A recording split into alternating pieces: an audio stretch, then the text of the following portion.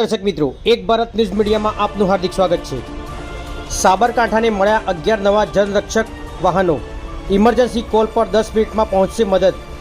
ગુજરાત સરકાર દ્વારા રાજ્યમાં ઇમરજન્સી સેવાઓને વધુ ઝડપી અને અસરકારક બનાવવા માટે એક મહત્વપૂર્ણ પહેલ શરૂ કરવામાં આવી છે।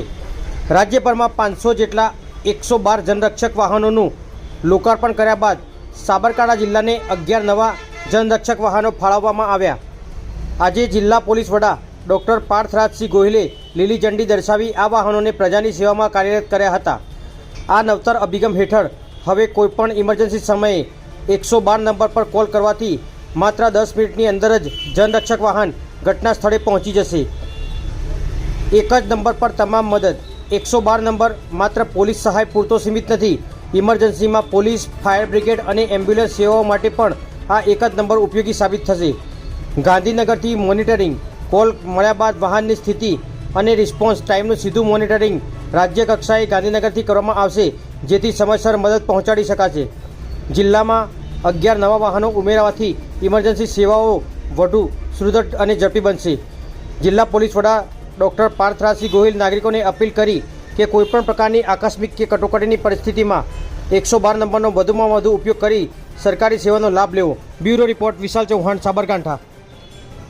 25 ઓગસ્ટના રોજ આપણા ગુજરાત રાજ્યના માનનીય deputy CM sir Harsh Sanghavi sir દ્વારા આખા ગુજરાતમાં 500 જેટલી 112 જનરક્ષક ગાડીઓ જે છે તેનું ફ્લેગ ઓફ કરવામાં આવ્યું અને તે ફ્લેગ ઓફ જે કર્યું તેમાંથી 11 જનરક્ષક નવા વાહનો જે છે આપણા સાબરકાંઠા જિલ્લાને મળેલ છે, જેનું આજે ઓફિશિયલી એનું લોન્ચિંગ કરીને તે લોકોને એક્ટિવ ડ્યુટી માટે મોકલી દેવામાં આવ્યા છે। ગુજરાત પોલીસનો, ગુજરાત સરકારનો આ એક નવતર અભિગમ છે કે જેમાં કોઈપણ 112 જનરક્ષક ઉપર કોલ થાય તો તેની 10 મિનિટની અંદર જ પોલીસ ત્યાં પહોંચી જાય એ પ્રમાણેની વ્યવસ્થા ગોઠવવા માટે હાલ આખું તંત્ર જે છે એ કાર્યરત થઈ રહ્યું છે અને સિસ્ટમ સેટ થઈ રહી છે। આપ સૌ નાગરિકોને વિનંતી છે કે 112નો આપ વધુમાં વધુ ઉપયોગ કરો। આ એક જનરલ નંબર છે કે જેના થકી આપ ફાયર સર્વિસીસ, ઇમરજન્સી કોઈપણ બીજી services, ambulance services, police services, તમામ સર્વિસીસ મેળવી શકશો અને તેનું પ્રોપર મોનિટરિંગ પણ જે ટાઈમિંગનું જે છે એ સેન્ટ્રલ લેવલે ગાંધીનગર ખાતેથી થતું હોય છે। જય હિન્દ।